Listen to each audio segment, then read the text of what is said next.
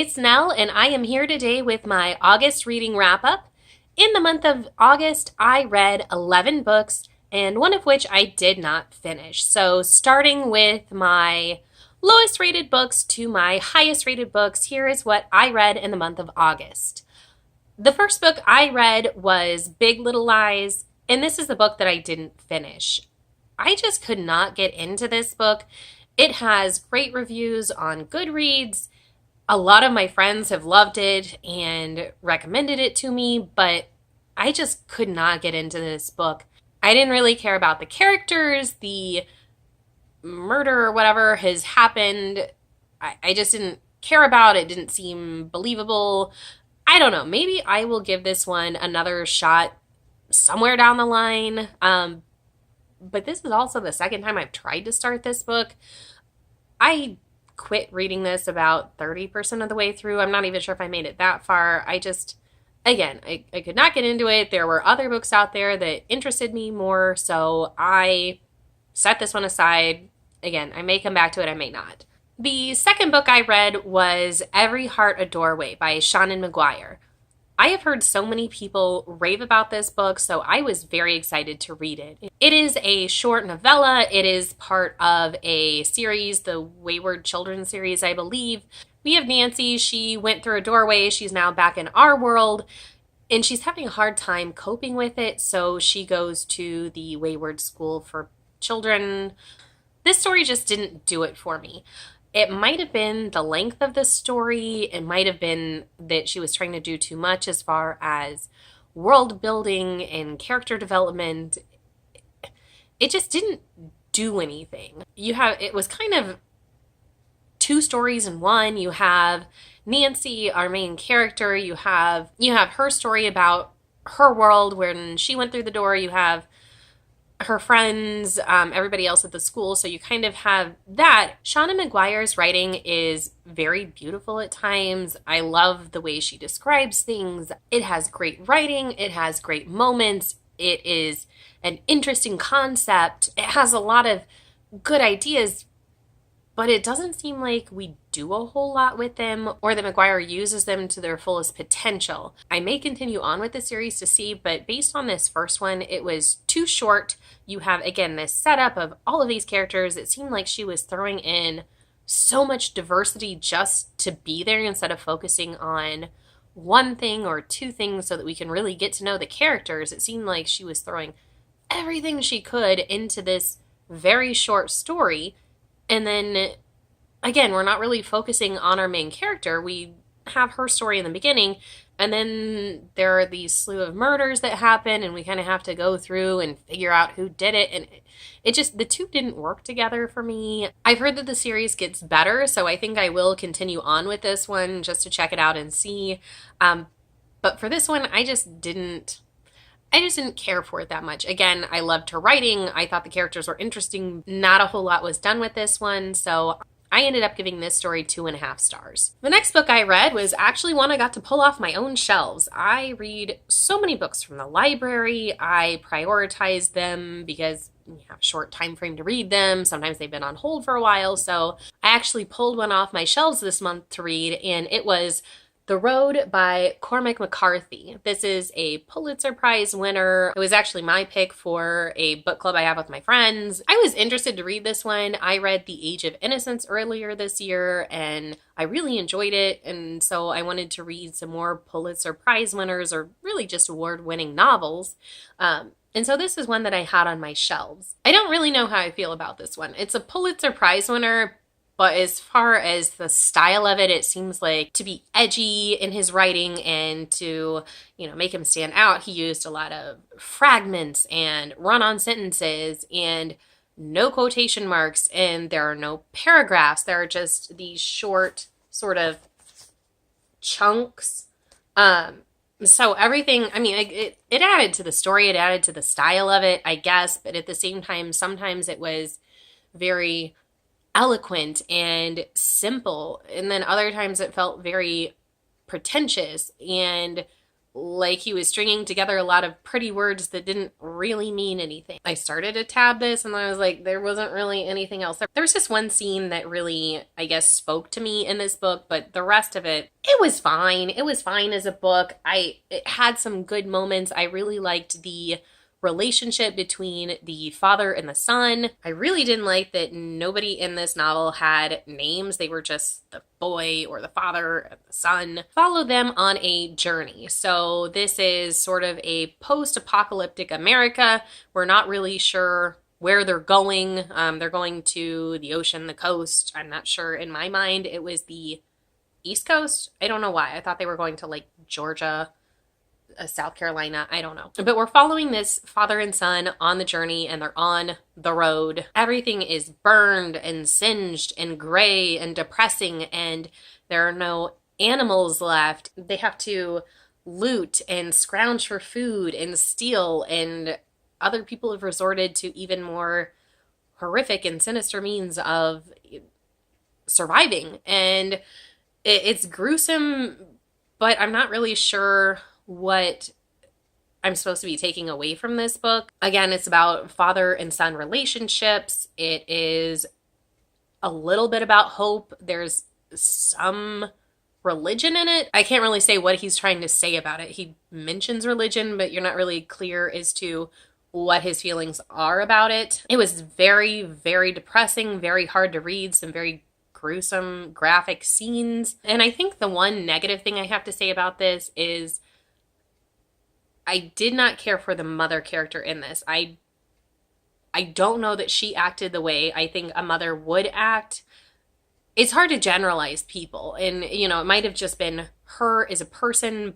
But again, since they don't have names, you kind of, picture yourself, your loved ones, your family, whoever in these roles. And to me, she just did not feel very genuine as a female or a mother. That was one of the negatives I had with it. Again, the writing sometimes got very annoying, and I don't really know what I was supposed to take away from this. I also watched the movie of this and had pretty much the same feelings about that. I'll talk about that in my what I watched wrap up, but overall, it's fine. I think it's interesting to read, again, to see his style, to read a Pulitzer Prize winner. It's not a bad story by any means. It wasn't for me. So I gave this one 3 stars. The next book I read was In a Dark, Dark Wood by Ruth Ware. This is the 3rd Ruth Ware book that I've read. I really enjoyed The Death of Mrs. Westaway. I enjoyed The Woman in Cabin 10 enough, so I decided to read another one of her books. I enjoyed this one enough. I'm not really sure if I enjoyed it more or less than The Woman in Cabin 10. I definitely enjoyed The Death of Mrs. Westaway the best. That's my favorite Ruth Ware book by far.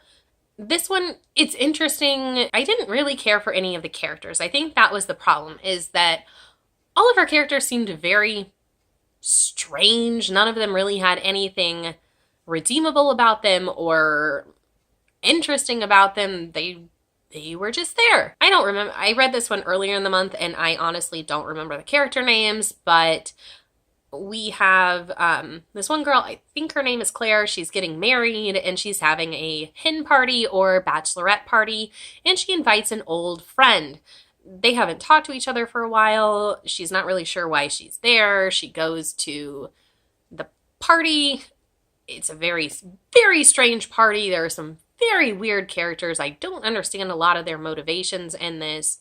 And something happens at that party, and we kind of have to piece it together, and the character for part of it has memory loss, and so she's piecing it together as the readers are piecing it together as well. And it was interesting. It was it was a quick read, but it was nothing amazing or spectacular. Again, I think the biggest downfall for this was the characters. If we had some really awesome, strong characters that we really loved, or characters that weren't so weird. Like, there's one girl at the hen party. She is bizarre. She is the strangest person I have ever read in a sort of normal contemporary setting. So, I don't know. It was fun. It was quick. Would I recommend it?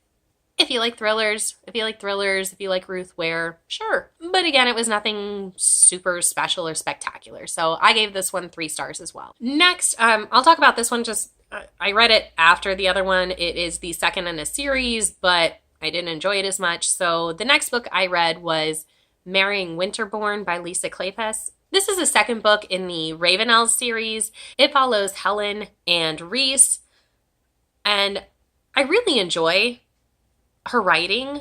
It was very eloquent. It reminded me a lot of Jane Austen and the Bronte sisters, and it just had sort of that British classic feel to it as far as her style. A more simplified version, more modern, but I love her writing. I love her style. This one, though, I think the problem with it is that I just didn't really care for our 2 main characters. I liked Helen.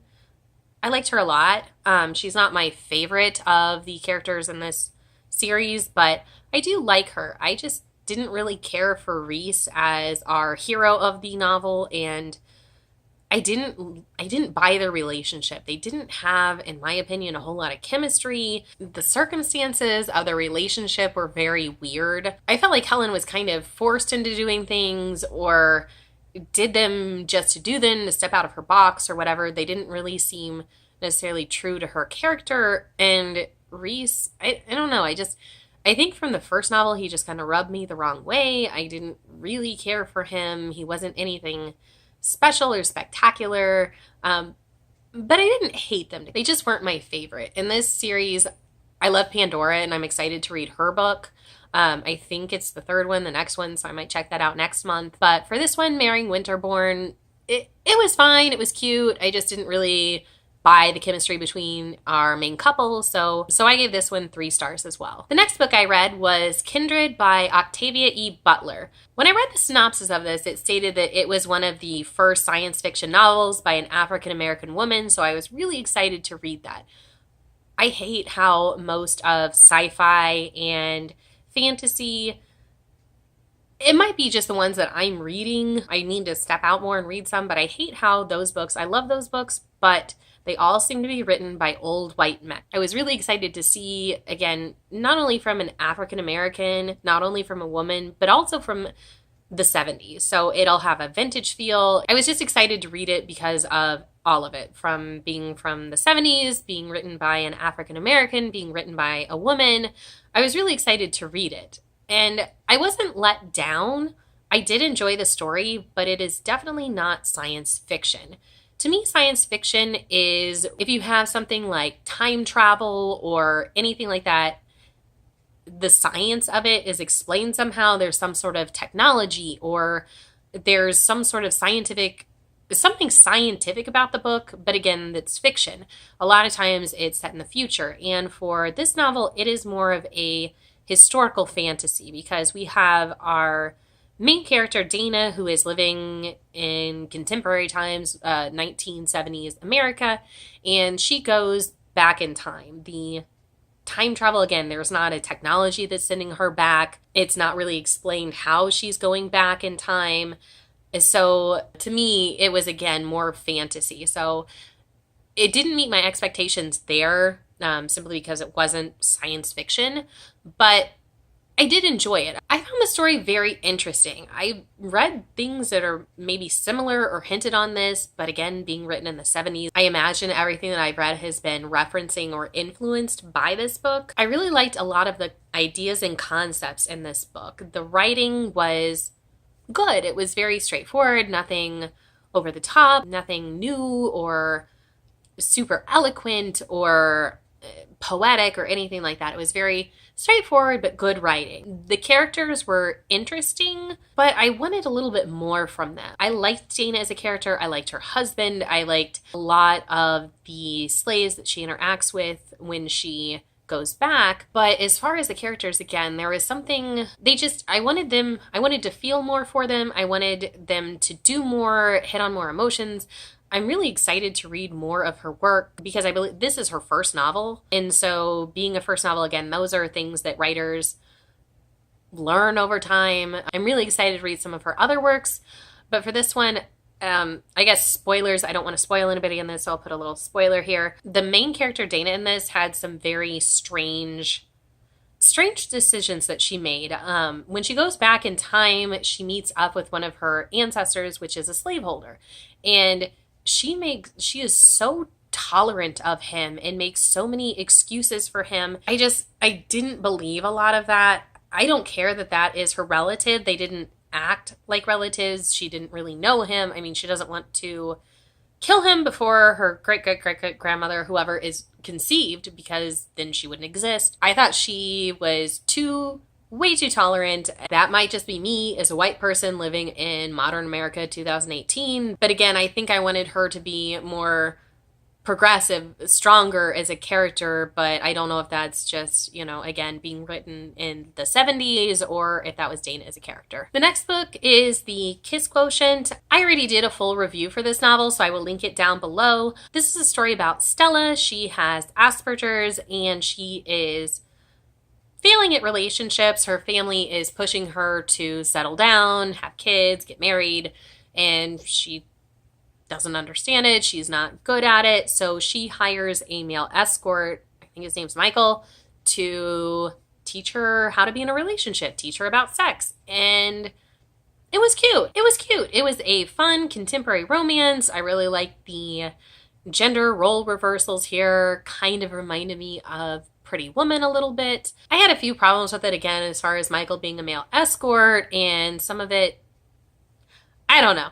I thought it was cute. I didn't think it was amazing or spectacular. I don't know that it lived up to all of the hype that I've heard about it, but it was really cute. I would definitely recommend it. It was cute. It was a fun, quick, cute, very steamy read. So I gave this one about 3.5, 4 stars, somewhere in there. The next book is Cold-Hearted Rake by Lisa Kleypas. This is the first book in the Ravenel series, and I really enjoyed this one. This is about Kathleen and Devon. Kathleen is recently widowed, and her husband's cousin, I think he is, Devon, comes to take over the estate. You could tell in this one it was obviously setting up for a series. We focus on so many of the cousins and sisters, and so it's setting up for a series, and they each kind of have their own little quirks and personalities, so you're excited to see each of their books. But this one, focusing on Kathleen and Devon, I really, really enjoyed it. I love this book. I thought, again, Lisa Kleypas's writing is so good.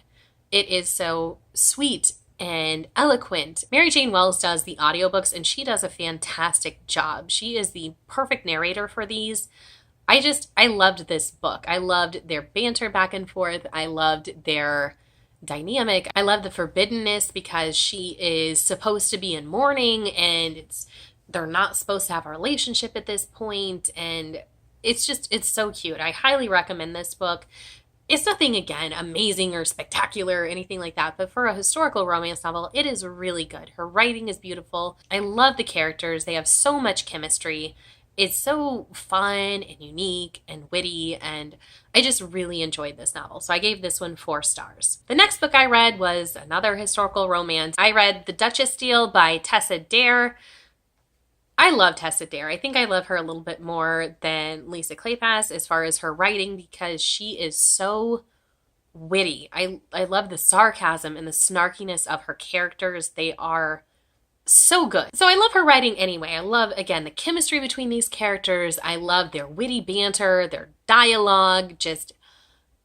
It's so much fun to read. It's so much more than just a steamy historical romance. These characters are so cute and funny, but in this one, I really like that she had Ashbury be somewhat disfigured. He had been in the war and was burned, and so he had burns on his body. It was a part of his character. It was nice to see a male character that was sort of insecure about his appearance. I love that Emma was attracted to him even though he was scarred and disfigured. I would love to see more characters like this in romance novels and in other novels. Our heroes and heroines don't always have to be perfect people. It's okay to be burned or disfigured. Everything together. Again, their dialogue, their chemistry, it was very steamy, but again, they had so much chemistry. And even the steamy scenes added to their relationship. They weren't just, all right, character development, stop, sex scene, stop. They really added to them as far as who they were, how they were working together, their motivations. I love this novel all around. So I gave this novel 4.5 stars. The next book I read was Then She Was Gone by Lisa Jewell. I think I'm going to do a full review of this one. So if I do, I will link it down below. This is the first Lisa Jewell book that I have read, but I will definitely be checking out more of her books in the future. I loved this book. I was so engaged and engrossed throughout this entire story. This is about, I don't want to say too much about this. I went in not knowing anything about it. I hadn't even read the synopsis of it. And I always think that that's best for thrillers, not to read too much, because some of it can give, it's better to go in not knowing anything. I'll give you a very brief synopsis of this. We have our main character, Laurel, who her daughter, Ellie, she was a teenager. She went missing 10 years ago. And now, 10 years later, some things start happening. Some revelations about what might have happened to Ellie. Some new people enter into Laurel's life. And I loved this book so much. It was so good. It was sad and terrifying and heartbreaking and creepy. We have different points of view in the book. So we get Laurel's point of view. We get a few other people's, and that really helps to add, because you get each of these characters' motivations behind what they did. You get their side of the story. Each of their points of view is very believable. It's not all, sounds like the same voice. They each have their own identity in this. I really enjoyed this book. I'm going to do a full review of this, so I'm going to put that in the box down below, but I would highly recommend this book. I gave it 4.5 stars. Fabulous. Really enjoyed it. And the last book I read was The 7 Husbands of Evelyn Hugo by Taylor Jenkins Reid. I had heard so much about this. People were recommending this, raving about it. A lot of these books don't live up to their hype, so I wasn't sure what to expect going into it. I went in with mediocre expectations, but I loved this book. I loved it so much. Evelyn Hugo is now, I believe, in her 80s. She is having an auction to sell off some of her most iconic dresses and is doing an article for a magazine about the auction. And then we have Monique. She is our magazine reporter, and she's going to get the story for the magazine about Evelyn Hugo and the dresses, and she gets a lot more than she signed up for. When she gets there, Evelyn tells her that this is going to be more than just an article on her dresses. And we go through the life of Evelyn Hugo. She tells us about each of her 7 husbands. And I've heard some people say it's kind of like a soap opera. It is a little bit, but each of these 7 husbands served a purpose.